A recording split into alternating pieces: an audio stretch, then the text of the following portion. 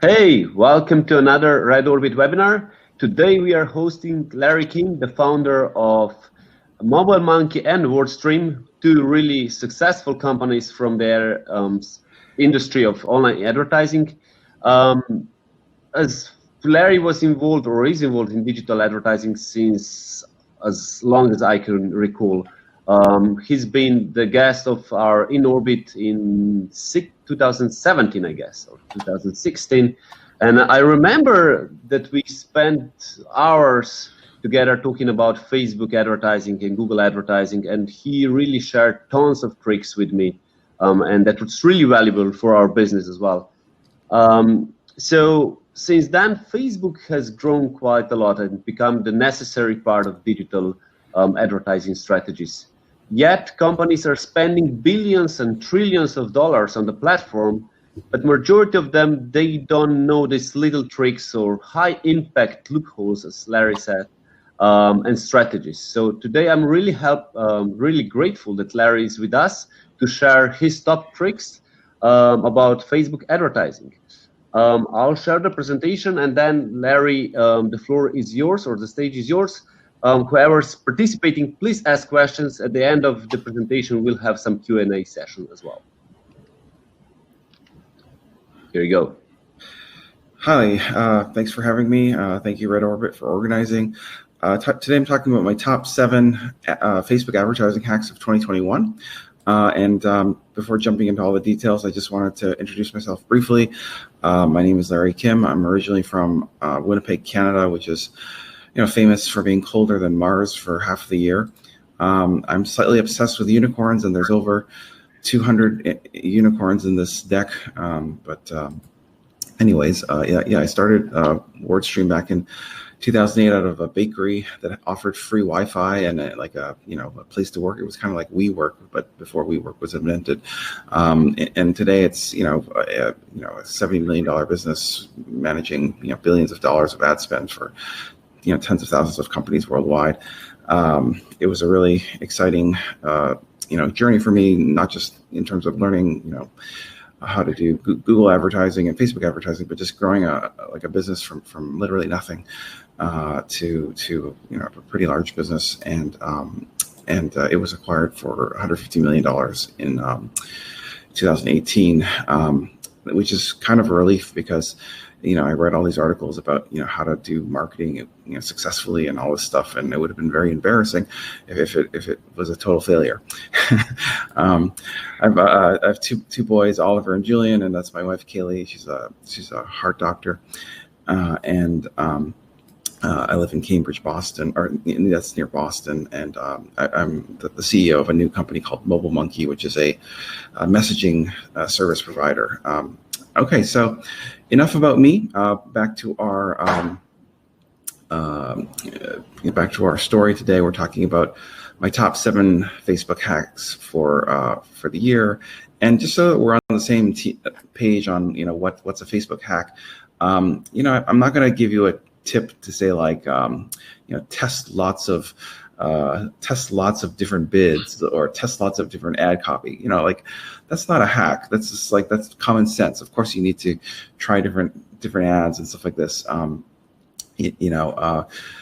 Those are just stupid advice. When I'm talking about a Facebook hack, I'm talking about something that's kind of not obvious. It's nothing that Facebook tells you to do that are totally legal. So you're not breaking any rules because it's just observing certain loopholes and stuff like this.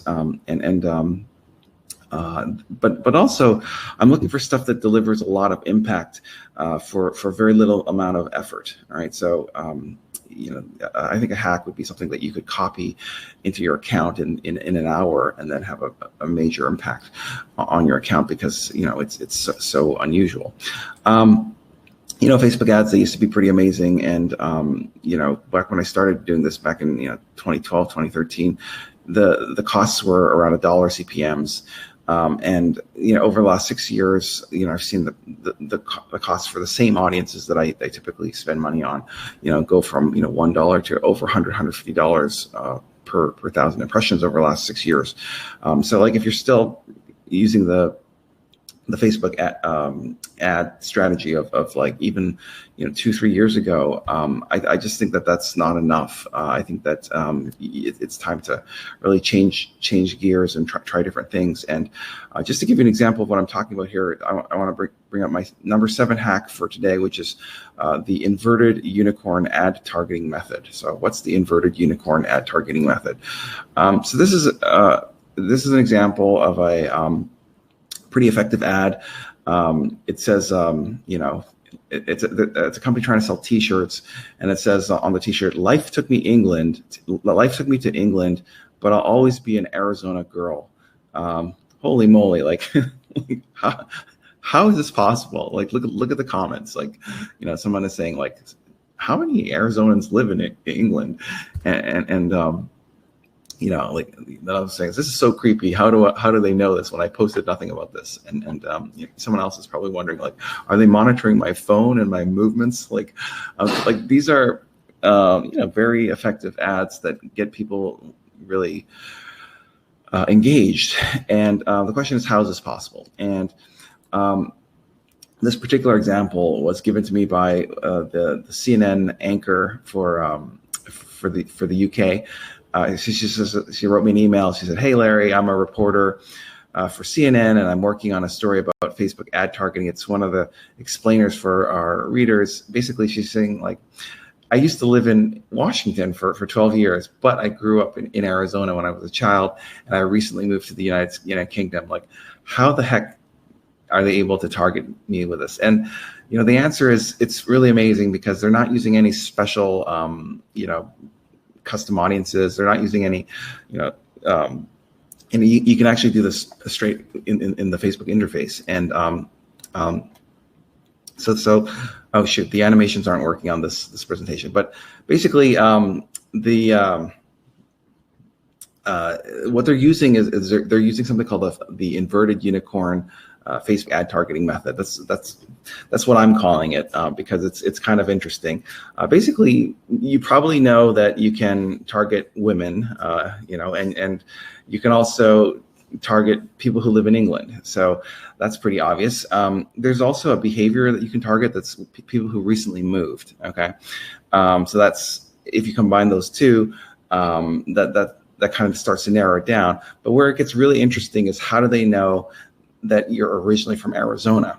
And so for that, what they're doing is they're combining the fact that you have to also like certain Arizona related interests. So like, if you like a high school that's in Arizona, like, it's very odd that you would end up in England, and like this local business or sports team or university that's located in Arizona. You see what I'm saying? Like so they don't know for sure that you're from Arizona, but there's a very, very good chance that if you have this, that guess is correct. And so that's the beauty of the inverted unicorn ad targeting method, is you're making a guess about the identity of the users based on their likes and interests, and then you're reflecting that guess back in the copy. So where it says, "Life took me to England, but I'll always be an Arizona girl at heart," you're just guessing that, and then kind of putting that in their face and saying, like, "I know this about you," and that results in a very high engagement ad structure, and that's really what's needed for success in Facebook. Like, it's just so critical. So in terms of Facebook ad targeting, I just want to talk a little bit about Facebook ad targeting in terms of unrelated and related interests. So in Facebook advertising, most of what you guys are doing are targeting related interests. So for example, you see that in the Facebook ad manager, when you're typing, like, can you get suggestions for the demographics or for the interests, like where it says suggestions, those suggestions are always related. So the whole kind of the strategy for ad targeting over the last decade has been to always cast a narrow circle, and then trying to maximize the engagement rates within that narrow circle. So like, don't just target people who have, say you're selling like email marketing solutions. Like, don't just target people who who are doing email marketing, but also target people who have like, marketing related job titles. Okay, so you're kind of getting more and more and more related and specific interests, because those are correlated interests. What I'm suggesting here is that there's actually a lot of leverage in targeting completely unrelated interests, and then reflecting those unrelated interests in your ad copy. Okay, so this is the same example. Someone's trying to sell, email marketing software. Okay, and basically, instead of going after people who like email marketing and have marketing job titles, why don't we go a different direction and target people who like email marketing and Game of Thrones? Okay, so we're targeting people who like the Tyrion Lannister fan page, or the Daenerys Targaryen fan page, like this kind of very niche super fan kind of stuff. And so by doing this, these are unrelated interests. Okay, there is a correlation between people who like email marketing and have marketing titles. There is no correlation between people who like email marketing and people who like Game of Thrones. They're just unrelated. But why would you do this? Well, the reason is because the point is, it will allow you to create ad copy and messages that will appeal to not just one of the user's interests, like email marketing, but two of their interests, email marketing and Game of Thrones. And so it's almost like by appealing to two or more interests, like you can just you can layer this. You could say people who like Game of Thrones and I don't know, like 80s rock and roll or something, like you can just find these weird combinations and really come up with ad copy that feels like this ad is really speaking to my core. The result of the strategy is you get, I was saying, like, for this campaign, it got a CPM of $1.36. So that's unusually low, considering this is like, CPMs are $100 for these audiences these days. I want to give you another example of this strategy, and I apologize for the lighting here. I'm at a hotel room in New York. So basically, this is a article that I wrote a few years back, and it was just an article about fake ads, like how to use fake ads and do they work? Basically, I'll tell you more about this in a minute, but I just created a fake website and then created fake ads to promote the fake news on Facebook, and I recorded the results and created a blog post just to describe sort of what happened. And I'm cheap. I don't like to spend too much money on Facebook ads. So I needed to promote this article, because if you're creating content, you want to promote it, right? But I didn't want to spend too much money. So I spent $50 promoting the article, and basically it got 1,300 likes. It reached 120,000 people. It got 236 shares, 68 comments. And the question is, how do you do this? And the answer has to do with that weird meme in the ad. Okay, so this ad, it's kind of ridiculous. You probably don't know this, but this character is a character from Star Trek, and it's not a very popular character. It's just he was only on one episode, okay, it was on a show called Deep Space Nine, which was like some kind of a spin-off of Star Trek from like 20 years ago, okay. And in this episode, it was about fake news, okay. So basically, I used this guy as my image, and then when I was targeting the ad, I targeted people who were liberals, because I thought, they were really mad about Donald Trump, and they wanted, they were angry, and so they want to blame somebody. So, this article is gonna appeal to their anger. But the problem is that there was like 50 million or more if like liberals to target in the United States, and I'm only spending $50 here, so you want to be more picky instead of picking like super liberals or people who you just overlay some unrelated interest. So in this case, it's people who like Deep Space Nine, and that really narrowed the audience to like a few million, because I was going after these very unusual fan pages. I'm sure lots of liberals like Star Trek, but I was going after people who liked like these very obscure fan pages, and so. So by doing that and then reflecting back this character from this one episode, here's what happened.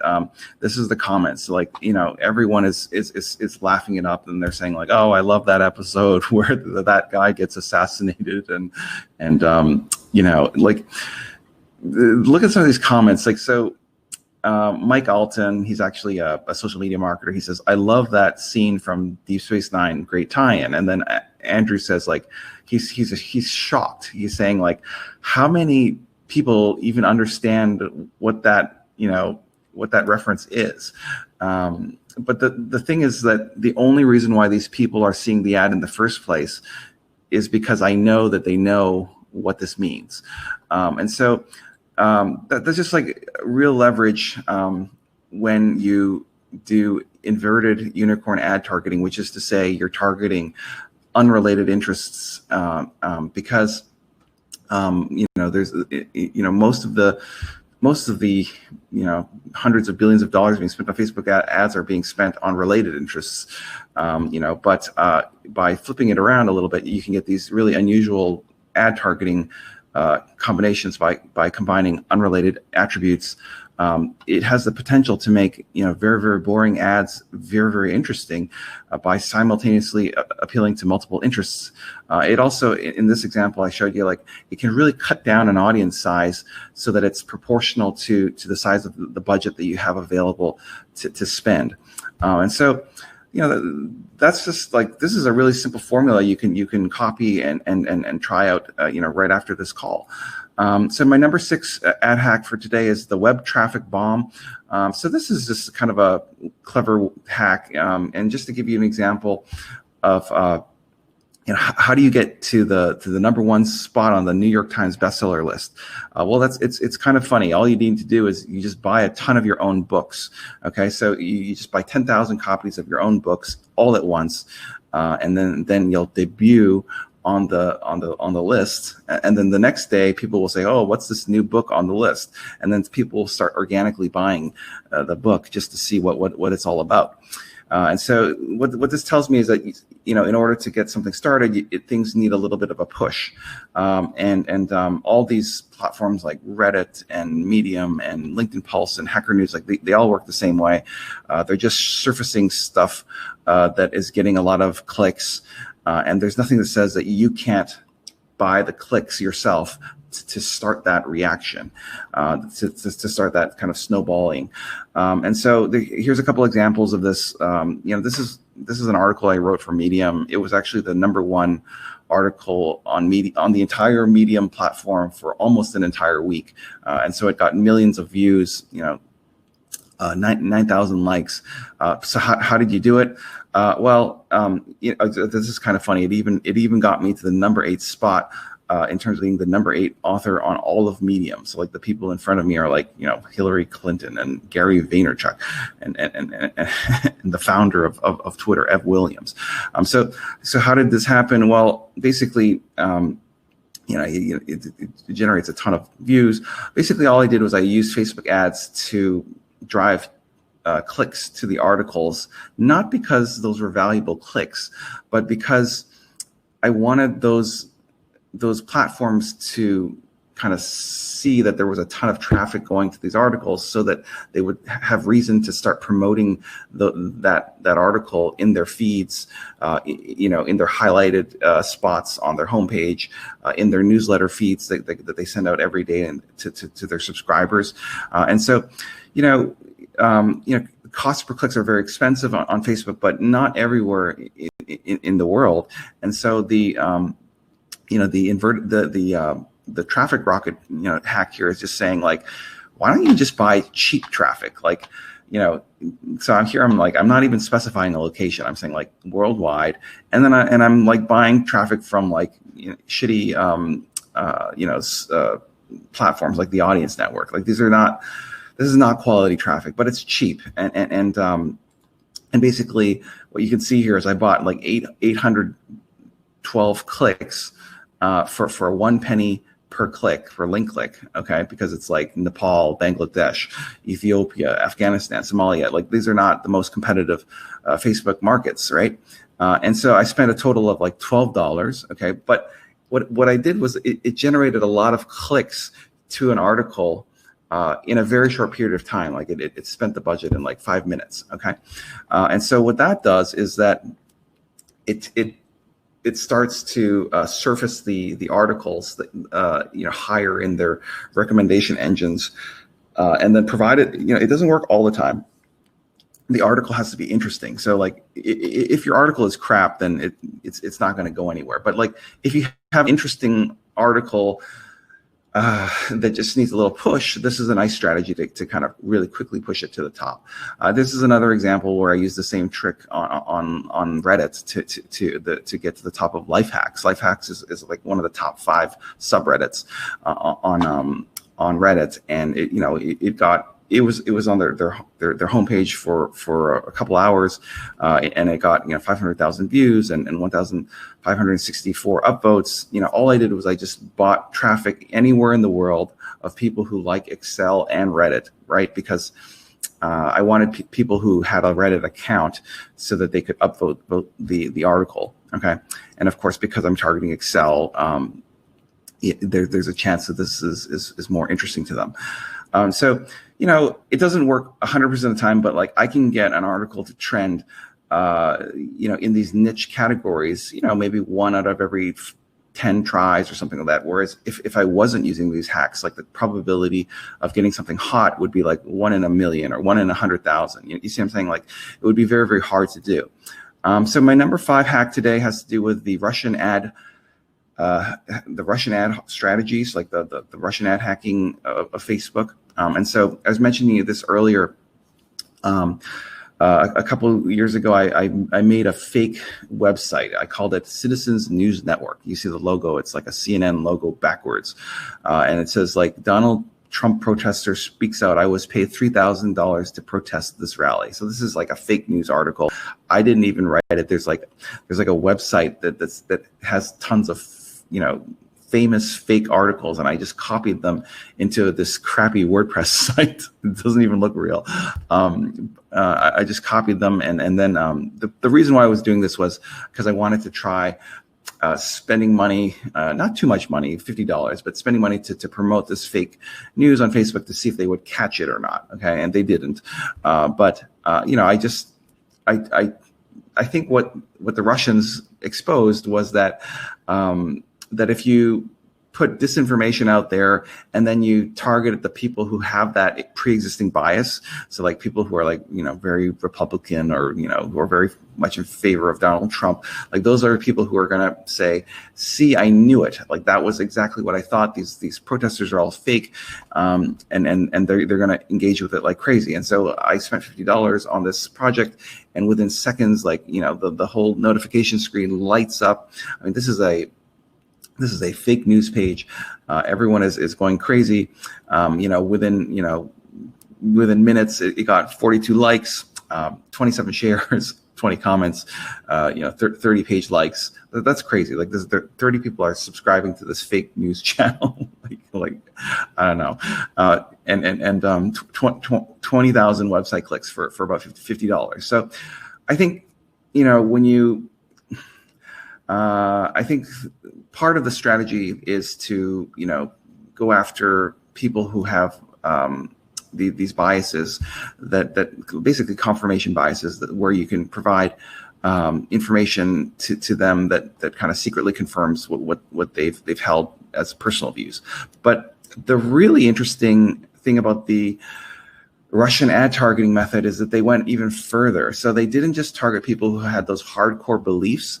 They targeted the ideological extreme opposites. Okay, so super liberals in this case. Okay, so like the goal here is that these stupid social media networks, these algorithms are just rewarding engagement. Okay, and the engagement isn't based on the quality of your article.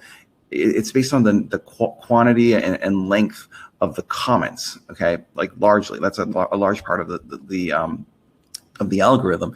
And so if you're only targeting people who agree, there's no dialogue in the comments. Okay, I think this is kind of genius. What the Russians were doing, they would target people who have the extreme opposite position, and then like a food fight would break out in the comments, and that thing would accrue a significant amount of traffic and engagement. So this is an article like. This is a less controversial but still controversial example of the strategy of Russian ad hacking, where you target the two extremes on an issue. So this one, it says it's a LinkedIn Pulse article that I wrote. It just says it's a Harvard study. It said that the Harvard study said that working moms raise more successful daughters and more empathetic sons. Okay. And if there's any women on the call today, I'm sure there are. This is a pretty controversial headline because a lot of women that I know, including my wife, would say that being a stay-at-home mom or something is incredibly difficult job and very rewarding and very, very important. So like. It's basically putting the working mothers against the stay-at-home mothers. So that's why this is controversial. And so in order to generate the 10,700 likes and shares, the hundreds to tens of thousands of views, the 390 comments, how did you do this? Well, it was the Russian method. It was like, on one hand, I was spending $50 to promote this article to people who were successful, kind of like female parents that were working, like full-time.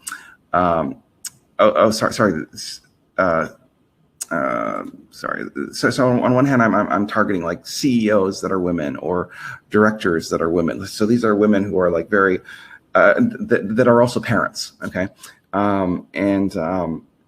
the reason why that worked was because they have a lot of guilt. Like they feel like, I feel so guilty about leaving my children at home, but this article says that my children are going to be more successful by doing this, by providing this example. And so those women were like clicking on this like button because it validates their life choices. You see what I'm saying? Like it really makes them feel good about their life choice. On the other hand, I spent a little bit of money, $50, to target the ideological opposite, people who are likely to strongly disagree with this position. And these are the stay-at-home mommies, the mommy CEOs, the full-time mothers, and the successful stay-at-home moms. Like these people think this is a bunch of bull crap, and they think it's ridiculous that these women are making the wrong choice. And so that's how it got to 390 comments, which is like an enormous amount of comments for LinkedIn if you consider like how dead that platform is. And that generated all the engagement, and then of course the engagement results in more engagement, because that's how these stupid platforms work. So my number 4 crazy idea today is just it's related to remarketing, and this idea is just to say no to Facebook campaigns except for remarketing. So like only run remarketing campaigns. Especially if you have a limited budget that's like small relative to the size of your audiences, then just stop wasting money on non-remarketing spend. There's a huge difference between remarketing and non-remarketing ad campaigns. So like if I've done some tests here where I ran the same ad, the same bid, the same budget, but on one of them I was targeting remarketing, and on the other I was targeting non-remarketing. I was excluding the remarketing audience. And so what happened? There's a huge difference that the click-through rates on the remarketing audiences were 3 times higher. So So that's that's enormous. It's not like 3%; it's like 300% higher. It was also the conversion rates were 2 to 3 times higher as well. So enormous impact on in terms of like brand affinity. So like if someone's heard of you before, if they've visited your website in the past, they're like 2 to 3 times more likely to click. And after they click, they're 2 to 3 times more likely to buy.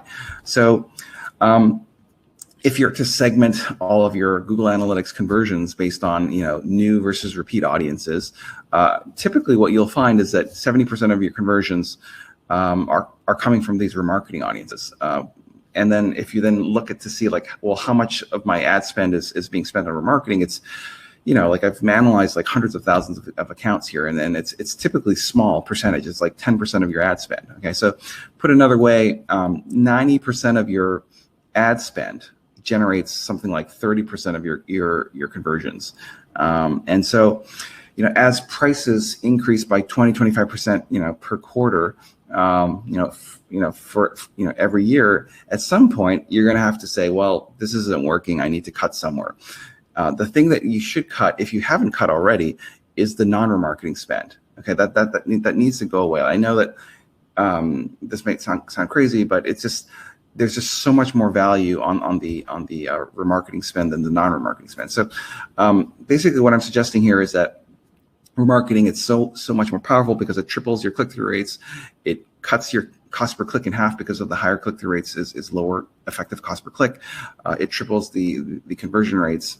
The only problem with remarketing, and that's probably why you're spending money on non-remarketing ads, is that it cuts the impression volume. So if you're only doing a remarketing strategy, you're getting 70% of your conversions, but unfortunately, the volume of clicks and impressions for your stuff is cut by 10x typically, and so that's the problem with remarketing. It's just that it's usually the case that there's more people in the world who haven't heard of your business than who have heard of your business. And so by only going after remarketing people, you're going after that small, dark gray circle in this diagram of the people who are familiar with your brand already. And you're not targeting people who are new to your business. And so that would be like playing being a coach of a football team and only having a defense with no offense. So that's a little silly, right? But what I'm suggesting here is that what if there was a way to dramatically expand the size of the brand familiarity, so the people who've heard of you, who've heard of your business, and as soon as they've heard of your business, they're much more likely to click and convert. Okay, that's the single most discriminating factor, whether or not someone clicks and buys your stuff, is have I heard of them before? Okay, and so because the brain it gets biased. Okay, and so what if there was a way to make this little gray dot, like 10, 100, 1,000 times bigger, so that our remarketing campaigns could be really effective, but also targeting a large number of people. And so the trick is you can't use Facebook ads to do this. You used to be able to use Facebook ads to do this back in 8 years ago when things were cheap, but now it's just too expensive to run top of the funnel awareness campaigns on Facebook. You should be using Facebook as that's more of a bottom of the funnel conversion campaign. And so what I'm suggesting is that you divert sort of the non-remarketing budget to cheaper audience growth campaigns and that are not on Facebook. So the old way of doing it was you'd spend most of your money on non-remarketing campaigns on Facebook and maybe 10% of your money on remarketing campaigns on Facebook. I'm saying eliminate 90% of your Facebook ad spend. And what do you do with that money? Well, maybe move it to other places that are really cheap, but that reach a lot of people at scale. So like publicity stunts, radio ads, like billboards, like just whatever you can do to get stuff on the cheap. Even the hacks that I was talking about, like inverted unicorn, traffic rocket, like these are really great at creating brand affinity, because for like $50 you get your name in front of hundreds of thousands of people. So that's how you should be creating your brand affinity, and then you should be converting it using using remarketing on Facebook, as opposed to you trying to use Facebook to generate both the initial interest and then also trying to convert that interest into a sale. In terms of, an example of how do you get mad hits for cheap, that stupid platform LinkedIn. It's like you just post these stupid, it's called LinkedIn broetry, which are like double spaced poems about life and work, with some kind of like business advice. Like this thing took like 15 minutes to write. It generated 850,000 views on my LinkedIn post, but then it drove 25,000 website visitors because people wanted to learn about this thing. It was just a story I wrote about how many times I got rejected by investors, which is kind of a cliche, but nevertheless, there's an audience for this kind of stuff, and it's by doing this, I've generated 25,000 visitors, and that would have been very expensive to build that initial audience on Facebook, because like the cost per click on Facebook is like $3. Okay, so on average, for competitive markets, so. This is how marketing works. It's like you create some kooky PR stunt or broadcast some kind of a thing that resonates with your target audience. So like this article that I wrote, it's targeting entrepreneurs, like people who are working on their businesses and stuff like this, and so that's still my target audience. Like those are the people that we sell software to, and so.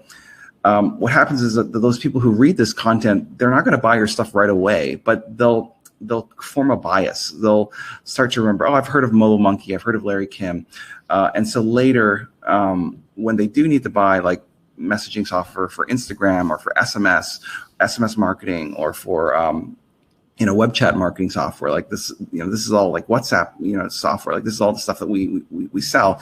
Later, if they do need to get that software, they'll remember me, or they'll see us in a list, but they'll pick us instead of someone else because they've heard of me and my company before, and they're 3 times more likely to convert and 3 times more likely to click.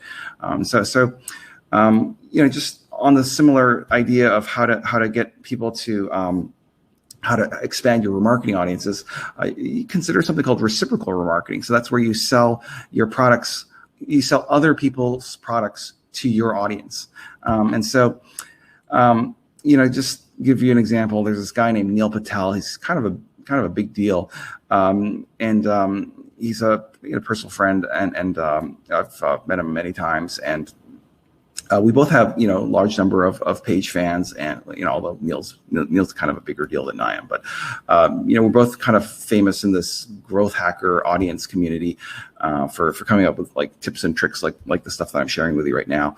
And we're not competitive at all. Like he sells services like consulting contracts, and I sell like messaging software for Instagram and for Facebook and for SMS. So no competitive overlap, but similar audiences.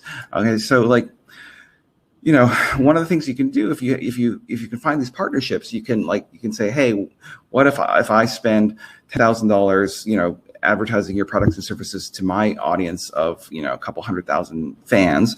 If you spend $10,000, of your money spending promoting, one of my offers to your audience. You see what I'm saying? So like, this is kind of like a paid version of influencer marketing. So in influencer marketing, you're paying these celebrities like a little bit of money to post something organically on their wall, and the problem is that organic reach isn't that great, and so maybe you'll reach a small fraction of that audience. Here, what you're doing is if you run the spend or you pay for the spend off of their audience, you're pressing the audience. So like everyone in that audience gets to see this ad, and it'll work like a remarketing audience, because there's like, I'm the messenger for the Neil Patel products.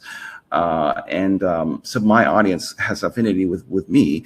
And so they'll receive that message better than had it just come from Neil, just because it's my fans. So it's just a simple strategy.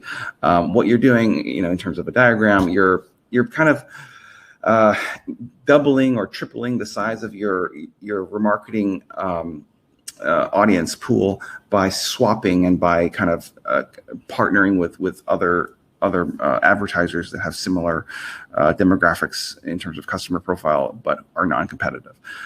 So it's a pretty simple thing that will triple your ad performance. My number 2 ad hack, and I realize we're going to switch the questions in just 5 minutes here. My number 2 ad hack is Facebook Messenger ads. So like if you haven't used these, you really should take a look. Most of the money that's being spent on Facebook ads is traffic, engagement, and conversion campaigns. But the one where I spent all, like 90% of my money is on messaging ads. Okay, so what the heck is messaging ads, and why is Larry spending all his money on this one? Well, it's kind of like a regular ad, except that instead of having a button that says visit website, it says send message. Okay, so I like this one because when they click this button, I get their contact information just by when they click on the button. Okay, so if someone clicks to your website, do you get their contact information? No, you don't. Maybe 2 or 3% of people will sign up for your offer. You'll never know who the other 98% of people were. And so instead of sending people to website landing pages, I initially send them into messenger dialogues. And you can do this in Mobile Monkey. That's actually what Mobile Monkey does, is you can create these little kind of like website experiences, but through messaging. So this is like a survey, or this is like a registration, like, register for the webinar, or this is a drip campaign. Like the stuff that you do in websites, you can also do in messaging. And it's because of all this stuff is all mobile today. Like it's more mobile friendly. And so once people click on that ad that says send to messenger or send message, like you can ask them a bunch of questions. Like this isn't a human operator. This is just like I wrote a little bot, like using Mobile Monkey. It's not hard to do. That asks the person who clicks, that says, are you an advertiser or an in-house agency? Like, so it's almost like a website form, but we're doing it through chat. But I'm getting all this valuable information about the user, so that I can learn about the user and then segment and send relevant content. So this is for the agency people. I'm sending out a chat blast that says, hey Larry, this is for the agency people. If you say you're working at an agency, it's like, we're holding a special event just for marketing agency folks like you on how to grow your agency business with chatbot marketing. Would you like to get the details? So this is a follow-up offer. And by the way, when someone clicks on that ad, you get messaging permissions for a limited time. So you can hit them up with these follow-up offers. This got a 85% response rate, which is 10 times better than what you would get in email. And so there's all sorts of tricks that you can employ in chat marketing. It's like, this is the psychological principle of kind of anchoring. It's like, in this example, I'm trying to sell chatbot software, like the chatbot tutorials, like how to do chat marketing tutorials. And it just says, like, how would you describe yourself, a novice, a fan, or an expert? So it doesn't really matter what you choose. I'm still going to try to sell you my video course. But by asking you a question first about your identity, like, are you new? Are you advanced? Like, and then what I can do is I can take that information and I can reflect that back to you in the dialogue. It's like, great, you're new. I've created this new training course just for beginners like you that has a guided path to chatbot expertise. Whereas like, if you click, I'm an expert, it's just like, I have this pro hacks and tricks just for experts like you. You see what I'm saying? Like you're just kind of speaking their language. And so if you don't do it this way, if you just send them to a static landing page, then you can't really customize the language based on any of their identity. Whereas here, I can totally just take them through like a different funnel depending on how they answer. This is another example, like reciprocal concessions. It's like you ask a question, like a rhetorical question, like, we have this new video. It's $199. What do you think? And 99.99% of people will say this is too expensive. Like nobody clicks. Like I want to spend $200 for a video. So then what you do is you say, oh yeah, you know what? I agree that $200 is too expensive. Like, what if I gave you a 94% discount code? You know, like, so then now they think that they're getting a deal here. You know, it's a little bit like my son. He says like, can I have a new Xbox? I'm like, no. But this, can I have a cookie? I'm like, well, because the last ask was an Xbox, and now he's asking for a cookie. I'm like, okay, you can have the cookie. You know, he's seeming to be more reasonable. So why shouldn't I be more reasonable?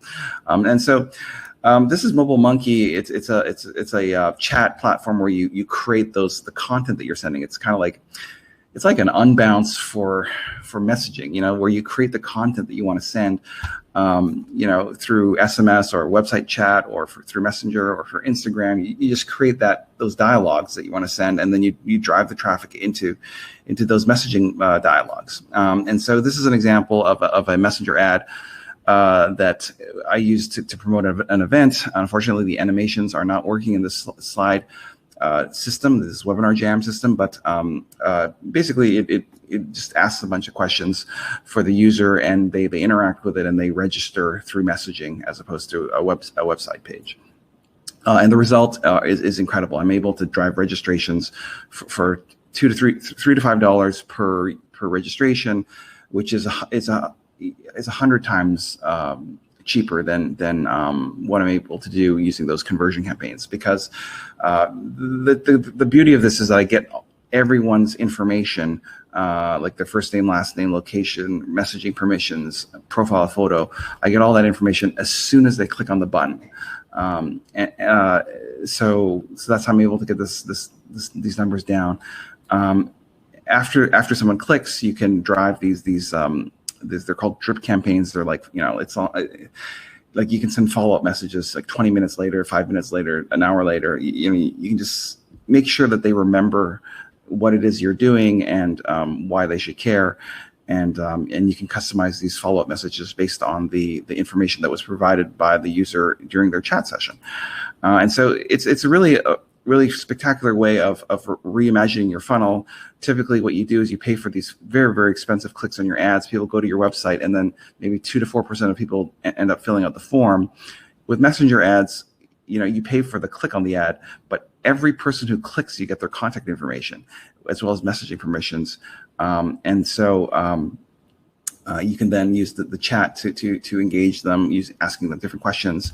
You can then direct them to different landing pages on your website if you want. But the point is you have their messaging information, and you can re-engage with them through messaging automatically using drip campaigns. So my last hack today is Facebook Messenger ads. It's post comment guards, and basically this is just these quizzes and stuff like this where you put it on your Facebook page, and you know, lots of people comment on these. It's like, you know, it's a riddle. So many people we're going to the river, and how many animals are going to the river? It's just some stupid riddle. And everyone, what I'm saying is, if you post your guess in the comments, I'll auto reply with the correct answer. You know, and it'll be great. So again, this is a Mobile Monkey feature. What you can do is you can craft the answer so that when someone types a comment, we'll send them the answer privately through Messenger, and they'll become a messaging contact which you can add to your subscriber list and just message you know, for a limited time going forward. And so it's very simple to set up in Mobile Monkey. And here's an example of a realtor. It's saying like, this house was listed at $100,000. Can you guess what Unicorn Realty sold it for? It's actually my house. But the user would then post on the comment, you know, I think it was for $200,000 or something. And then they'll receive the answer, you know, as well as a market guide privately to that individual through Messenger, and automatically becomes a future subscriber to future Messenger communications. So that's kind of my top 7 hacks. Just wrapping things up. You know, the future of Facebook isn't newsfeed stuff. It's actually messaging, and like WhatsApp, Instagram, Messenger. The engagement rates are bananas. The people overwhelmingly prefer for messaging, like there's like we just announced the Instagram beta on Monday, so that like if you're big on Instagram, this is something you should sign up for Mobile Monkey here. So wrapping it up, what does it all mean? Thank you everyone for joining me on an epic journey from Donkey Land to Unicorn Land, wherein we talked about kind of these hacks. They weren't just random. Like, I don't know if you noticed this, but like we actually started at the very, very top of the funnel. We talked about, ways that you could drive tons of traffic, in a very leveraged way for no cost. And I talked about inverted unicorn targeting. I talked about Facebook traffic rocket. I talked about the Russian ad hack. We then moved to the middle of the funnel where we talked about sort of remarketing strategies like reciprocal remarketing and just eliminating non-remarketing spend. We then went to the bottom of the funnel by talking about like messenger ad formats, which are more conversion friendly because they capture the user information automatically. So that's all we have. I'm sorry I went a little bit over time, but if there's any questions, I can take them now. Yeah, no worries. I think you did great. It was really useful. We had some questions. Maybe start with the beginning with the first hacks about the inverted unicorn. So there were some questions regarding how small can the target audience be in case to deliver the ad itself. So the examples that I was showing, they had like there was that election example that I gave where I was targeting people who are liberals and who like this very specific Deep Space Nine fan page. It was in the hundreds of thousands. Like so I thought that was fine because I was spending $50. But if I was just targeting liberals, it would have been like 55 million people. Okay, which is way too big an audience for a $50 ad spend. So. It's just you're gonna have to try it out yourself, but you just want to make sure that the size of the audience you're targeting is proportional to the amount of budget that you have. Yeah, but do you think that it could work with the audience size around 20 to 40K? I do, because especially if it's a small budget, but it's just, I also wanted to do it quickly, so that's why I had a bigger audience. Cool.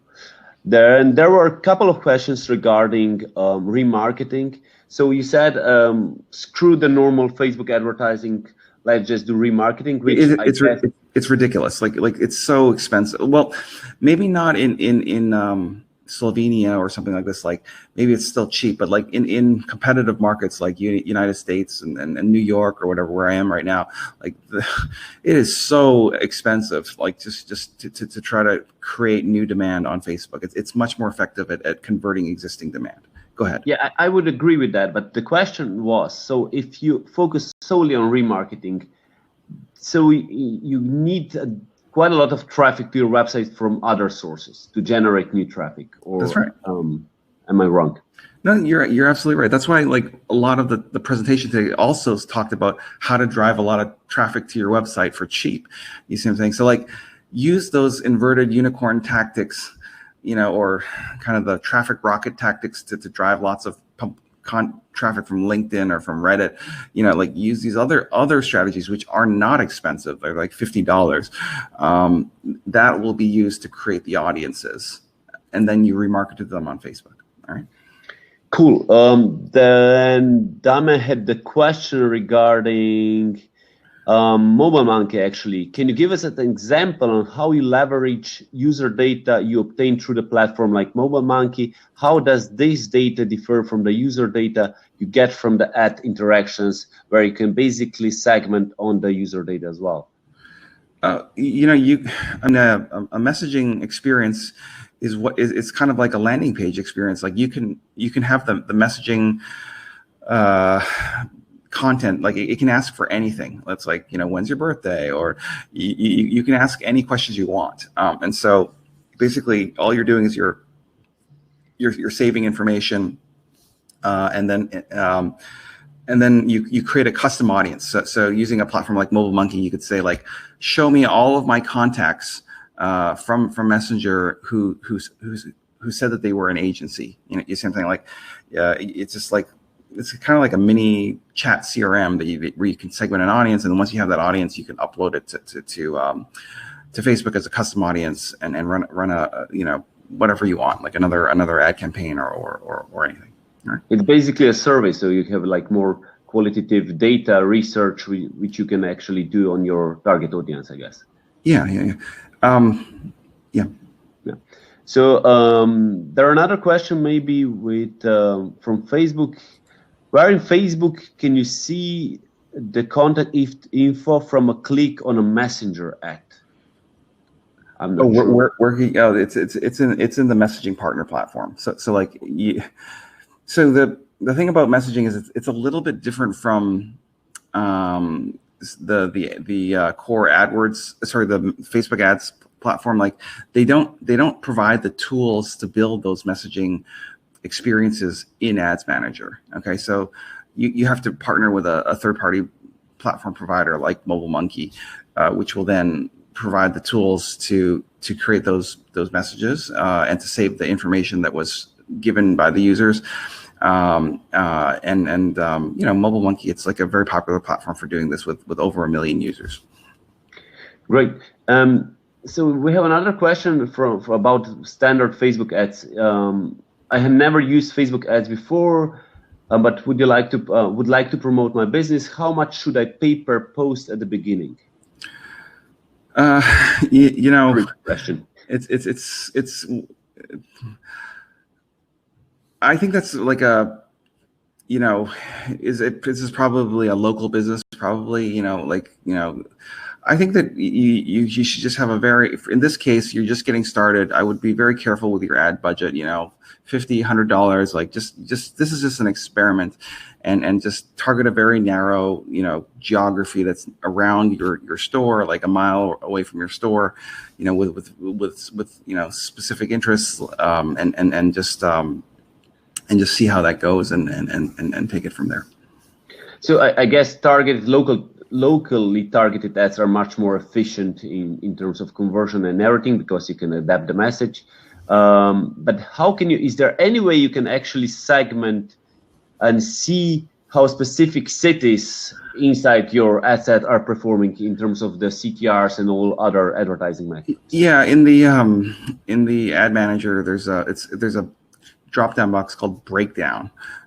So you can break down like if it says 100 clicks, you can break it down by date. You can break it down by device, by location. You can just segment those 100 clicks and see like what was the consistency of those clicks across. But I guess dimensions. Under location you can segment by country and region, but you cannot segment by city, I guess. If I'm correct. Well, if that's the case, then what you would have to do is you'd have to create different ad sets, one per city. Great. So Urshka is asking, how do you see the potential of AR and video through messaging and creative, even more personalized experience? So, we're still focused on just like, messaging in terms of like WhatsApp and Instagram and all this stuff, which is still very new. Like the Instagram beta just got released this Monday, and the MobileMonkey for Instagram, and the WhatsApp thing hasn't even been released yet. Like Facebook hasn't made that public. So in terms of how does AR and all this stuff come into play with it? Well, it's still this one-on-one communication. It's not like sending people to a landing page, right? It's a very personalized experience. So maybe there's some similarities there, but I can't say that I've spent a lot of time in that area yet. What about, let's say, travel industry? What would be the best objective to drive hotel bookings on Facebook ads or platform? I feel like hotel ads, it's just so competitive. I would just use hotel ads for these very narrow custom audiences, like remarketing only. Like I think it's ridiculous to be trying to promote a hotel brand, like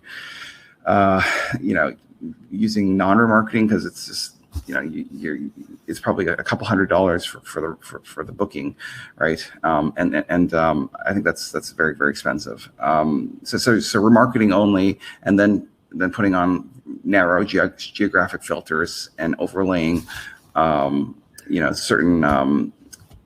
certain demographics. Like Facebook has all these like frequent flyer memberships that you can target off of it, like global traveler audiences. Like you want to overlay those audiences, and then maybe you can do something clever with the ad targeting. Like you visited Egypt, now visit Luxor or something. Like you could, maybe there's something you could do, based on kind of their likes and interests that would be more interesting. Yeah.